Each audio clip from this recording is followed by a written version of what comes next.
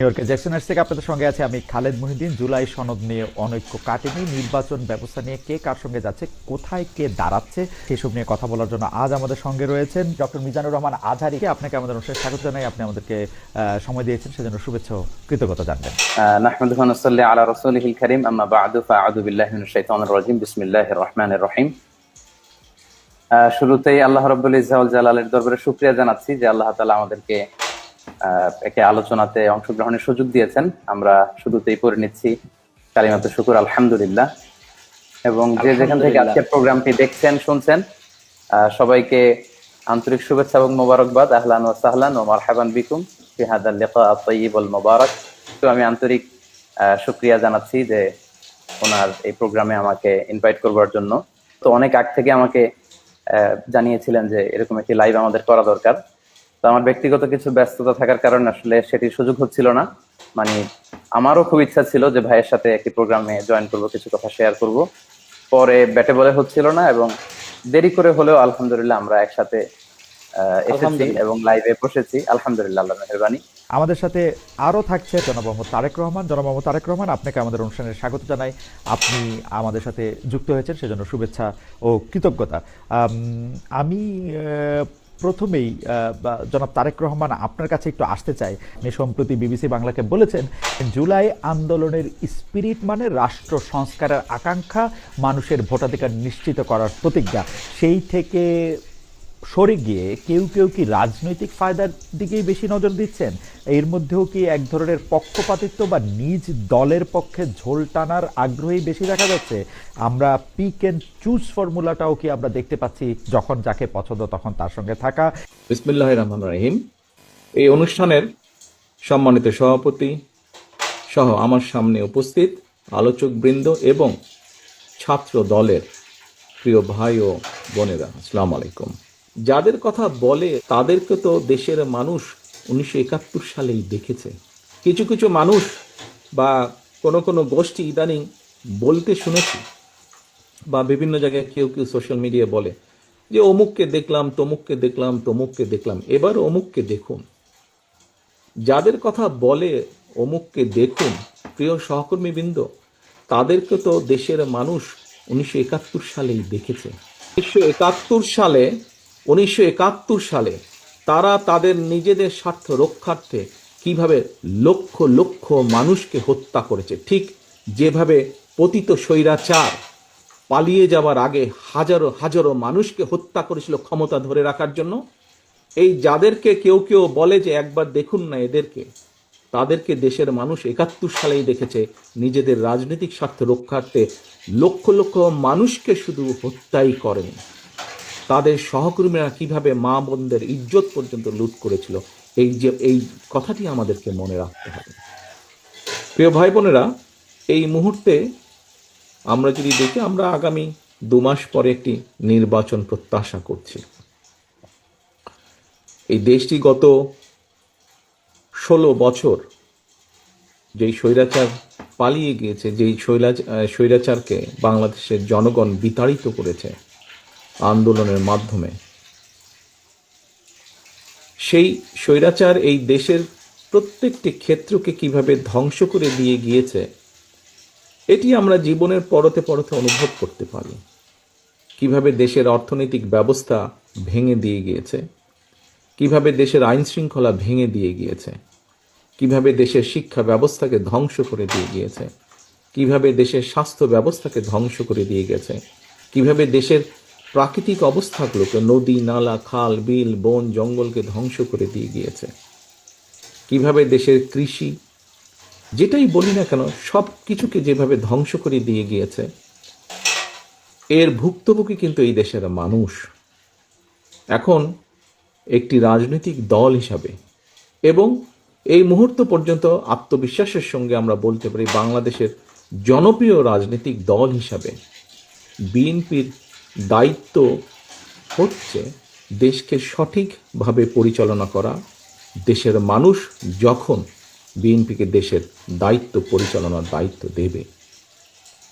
প্রিয় ভাই বোনেরা, যেদিন স্বৈরাচার পালিয়ে যায়, আমাকে মহাসচিব সাহেব তখন ফোন করলেন। ফোন করে বললেন যে জাতীয় সরকার গঠিত করলে ভালো হয় কিনা, অথবা আমরা জাতীয় সরকারে যাব কিনা। তখন বিভিন্ন রকম একটা হেফাজত কন্ডিশন। আমি তখন বলেছিলাম যে আমরা জনগণের রায় মাথা পেতে নেব, আমরা জনগণের কাছে যাব, আমরা জনগণ যে সিদ্ধান্ত দিবে তাই আমরা মাথা পেতে নেব। কাজেই আমি সেই মুহূর্তে মনে করেছিলাম যে জাতীয় সরকারে আমরা যাব না, আমাদের লক্ষ্য, আমাদের উদ্দেশ্য সব কিছু নিয়ে আমরা জনগণের সামনে দাঁড়াবো। আমরা স্লোগানে বলি যে জনগণই আমাদের সকল ক্ষমতার, রাজনৈতিক ক্ষমতার উৎস। কাজে জনগণই যদি আমাদের রাজনৈতিক ক্ষমতার উৎস হয়ে থাকে, তাহলে কেন আমরা জনগণের সামনে গিয়ে দাঁড়াবো না? আমাদের লক্ষ্য বলবো দেশকে নিয়ে, জনগণকে নিয়ে, আমাদের উদ্দেশ্য বলবো দেশকে নিয়ে, জনগণকে নিয়ে, এবং জনগণ যে সিদ্ধান্ত দেবে আমরা মাথা পেতে সে সিদ্ধান্ত নিব। প্রিয় ভাই বোনেরা, তোমাদের নিশ্চয়ই মনে আছে আজকে থেকে প্রায় 3 বছর আগে বাংলাদেশে তখনও স্বৈরাচার বিপুল দাপটে এই দেশকে, দেশের মানুষের বাক স্বাধীনতার গলা টিপে রেখেছে, দেশের মানুষের রাজনৈতিক অধিকারের গলা টিপে রেখেছে।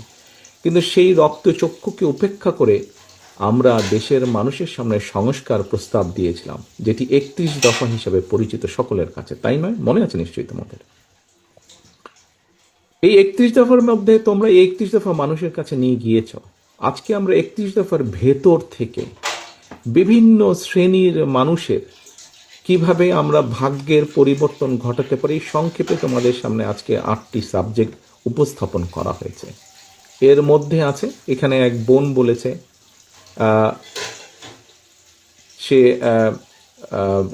ক্ষুদ্র জনগোষ্ঠীর প্রতিনিধিত্ব হিসেবে বলেছে, তার প্রশ্নটি অন্যরকম ছিল। অন্য অনেকেই বলেছে, শিক্ষা নিয়ে বলেছে, অনেক কিছু নিয়ে বলেছে। দেখো, বাংলাদেশ যখন 1971 সালে স্বাধীন হয়, সেই স্বাধীনতা যুদ্ধে লক্ষ লক্ষ মানুষ যুদ্ধ করেছে, লক্ষ লক্ষ মানুষ প্রাণ দিয়েছে যুদ্ধে। অর্থাৎ দেশটি স্বাধীন করার জন্য কিন্তু লক্ষ লক্ষ মানুষকে এক কাতারে এসে দাঁড়াতে হয়েছে।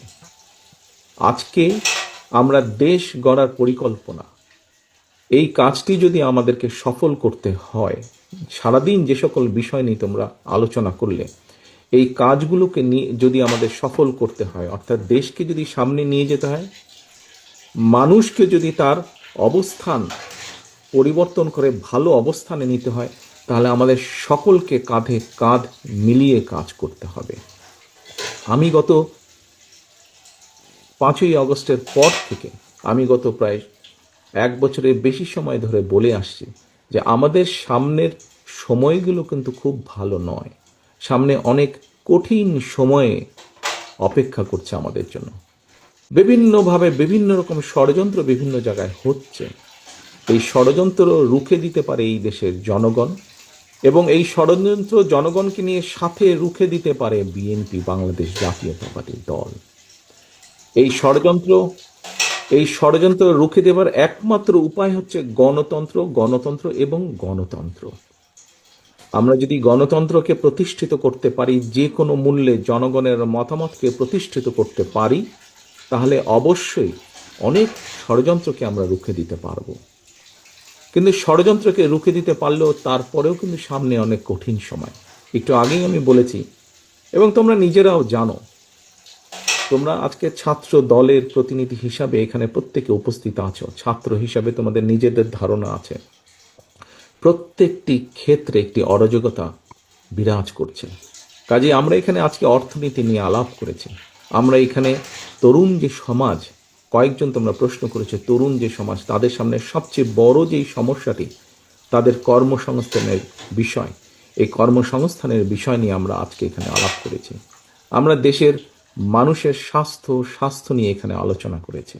আমরা এখানে দেশের যে অর্ধেক সমাজ নারী সমাজ, এই নারী সমাজকে কিভাবে এম্পাওয়ার করা যায় এবং তাদের কন্ট্রিবিউশনকে সমাজের মধ্যে নিয়ে আসা যায়, এবং যেটার শুভ ফল দেশের অর্থনীতি, দেশের সমাজ ব্যবস্থা, পরিবার, স্বাস্থ্য সব কিছুর উপরে শুভ অবস্থাটা পড়বে, কিভাবে সেটা করা যায় তা নিয়ে আমরা আলোচনা করেছি।